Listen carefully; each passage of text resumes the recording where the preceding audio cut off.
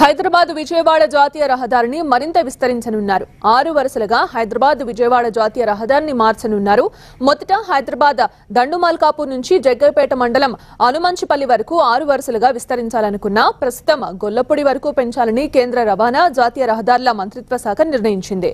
తొలుత దండుమల్కాపూర్ నుంచి జగ్గయ్యపేట వరకు విస్తరణ పనులు చేపట్టేందుకు వీలుగా 181.5 కిలోమీటర్లకు డిపిఆర్ తయారు చేయించాలని ఆదేశాలు జారీ చేశారు. తాజాగా గొల్లపూడి వరకు విస్తరించాలని నిర్ణయించి మరో 40 కిలోమీటర్ల పెరుగుదలను దృష్టిలో ఉంచుకొని డిపిఆర్ తయారు చేయించాలని నిర్ణయించారు.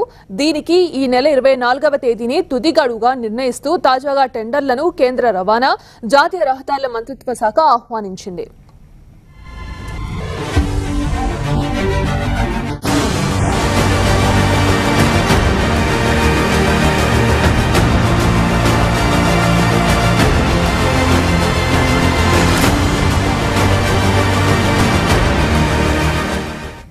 హైదరాబాద్ విజయవాడ మార్గంలో తరచూ ప్రమాదాలు జరుగుతున్న 17 ప్రమాదకర ప్రాంతాలు బ్లాక్ స్పాట్లను 325 కోట్లతో చక్కదిద్దే పనులను ఇటీవల జాతీయ రహదారుల సంస్థ చేపట్టింది.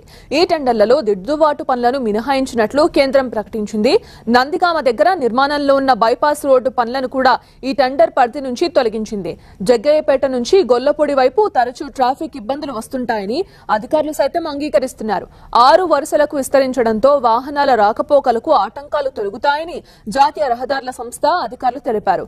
డిపిఆర్ తయారీ ప్రక్రియకు కన్సులేట్ కాంట్రాక్ట్ ఎంపిక ప్రక్రియకు అధ్యయనం చేపట్టనున్నారు.